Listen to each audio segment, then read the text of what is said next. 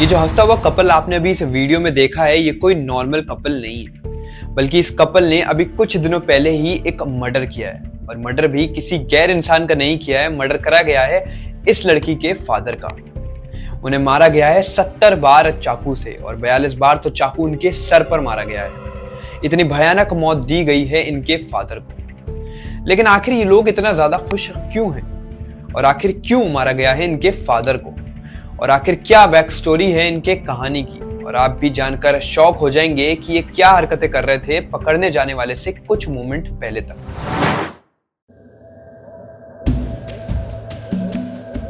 Grand jury indicted Sierra Helseth and her 18-year-old boyfriend Aaron Guerrero. They're accused of killing 45-year-old Daniel Helseth.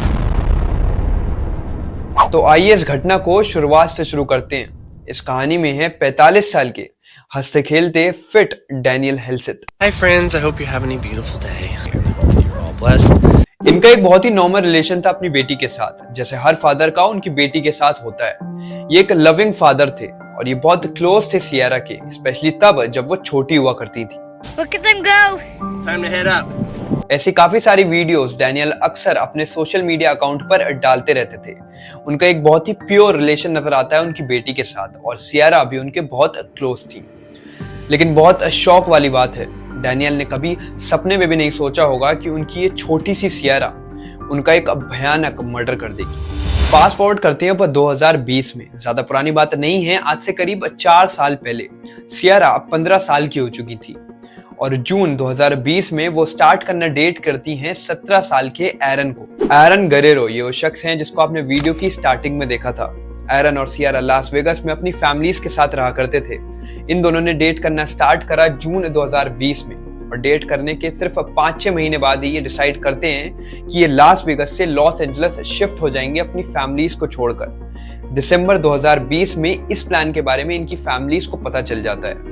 वैसे तो USA में move out करना यानी कि अपनी फैमिलीज को छोड़कर दूसरी जगह पर रहना एक कॉमन सी बात है, लेकिन एरन और सियरा की अभी एज कम थी, इस वजह से इन दोनों की फैमिलीज इस बात से डिसएग्री करते हैं और यहाँ तक कि इन दोनों का मिलना भी बंद कर देते हैं और इस वजह से ये अपने पेरेंट्स को हेट करना शुरू कर देते हैं।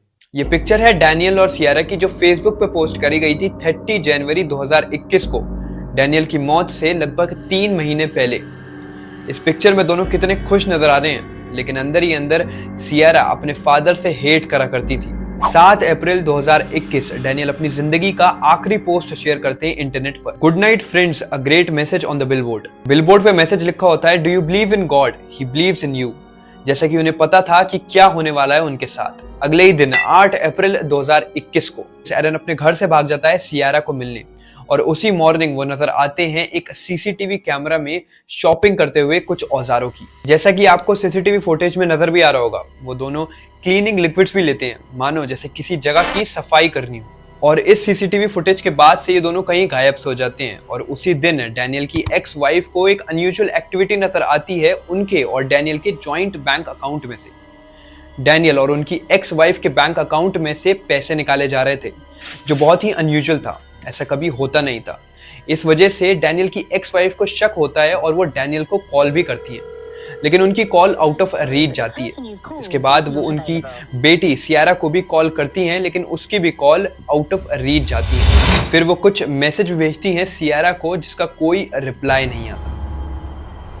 डैनियल, सियरा और एरन कहीं भी नजर नहीं आ रहे थे, जिस वजह से शक बहुत बढ़ता है और फाइनली सिर्फ 2 दिन बाद ही डैनियल की मदर पुलिस को कॉल करती हैं, जिसकी ओरिजिनल वॉइस रिकॉर्डिंग्स भी हैं। I need a welfare check for my son. He's been missing for 2 days. Nobody can get a hold of him. It's really, he just doesn't act like this. Does he live alone? He lives with his 16-year-old daughter who is not answering the phone or replying to a text. And the weird part is, I'll just tell you this, there's been ATM withdrawals at 3 different ATM. लेकिन police की investigation से पहले ही Daniel के घर के owner उस घर में जाते हैं और वो देखते हैं कि घर का दरवाजा खुला होता है।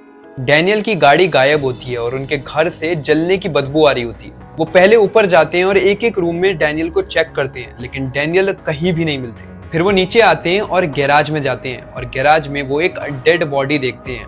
डेड बॉडी देखने के बाद वो फौरन पुलिस को कॉल लगा देते हैं। 911 emergency. How's it dead body? Oh my God, 8417 Dempsey Court. Do you need police, fire, or medical? There was a fire, and we went in to investigate. The fire must be a couple days old, but there's a dead body in the garage. We just found him with the homeowner that doesn't live here. जैसा कि आप owner की call recording से पता लगा सकते हैं कि ओनर को पता भी नहीं लगता कि ये डेड बॉडी किसकी थी। उनकी इतनी बेरहमी से मौत करी गई थी कि वो पहचान में भी नहीं आ रहे थे। इसके बाद पुलिस वहां पर आती है और इन्वेस्टिगेट करती है एंड फाइनली वो कंफर्म करती है कि ये डेड बॉडी डैनियल की ही थी। उनके ऊपर 70 बार चाकू मारा गया था और 42 बार तो चाकू उनके सर पर और गले पर मारा गया था। पुलिस को एक ये चेन सॉ मिलती है लिविंग रूम में और एक खून वाली आरी मिलती है किचन में। 2 चाकू मिलते हैं किचन के सिंक में और यहाँ तक कि पुलिस को ये बिल भी मिलता है जहाँ से ये औजार खरीदे गए थे। केस बहुत ही सिंपल था। सियरा और एरन गायब थे और यहाँ तक कि उनकी सीसीटीवी फुटेज में नजर आई थी जहाँ से उन्होंने ये सब औजार खरीदे थे। लेकिन आखिर वो दोनों थे कहाँ? वो दोनों इस मर्डर को सेलिब्रेट कर रहे थे। 11 अप्रैल 2021 यानी कि मर्डर के लगभग 2 दिन बाद की ये वीडियो है जिसमें वो बहुत खुश नजर आ रहे हैं और इस मर्डर को सेलिब्रेट कर रहे हैं और रिग्रेट तो उन्हें इस चीज का कहीं से कहीं तक नहीं था। Welcome back to our YouTube channel. After day 3 after murdering somebody. Whoa! Don't put that on the camera. ये दोनों भागे तो थे लेकिन ज्यादा दिनों तक नहीं। पुलिस को ज्यादा टाइम नहीं लगता है और मर्डर के सिर्फ 4 दिन बाद ही 13 अप्रैल 2021 को पुलिस इनको पकड़ लेती है और अरेस्ट कर लेती है और लगभग 1 साल बाद ये दोनों गिल्टी प्रूफ हो जाते हैं कोर्ट में और इन्हें उम्र कैद की सजा सुनाई जाती है। Arrested in Utah on April 13th. According to detectives, their parents had previously told them they could no longer see each other. ये एक बहुत ही भयानक घटना थी जिसने पूरे यूएस को शॉक में रख दिया था। एक पिता जो अपनी बेटी को बहुत प्यार करा करते थे, उनकी मौत उनकी बेटी के ही द्वारा करी जाती है, वो भी बहुत भयानक तरीके से। ये सच में एक दिल दहलाने वाली और एक शॉकिंग घटना थी। अगर आपको ये वीडियो पसंद आई हो तो और ऐसी वीडियोस के लिए जरूर सब्सक्राइब करें। See you next time. Bye bye.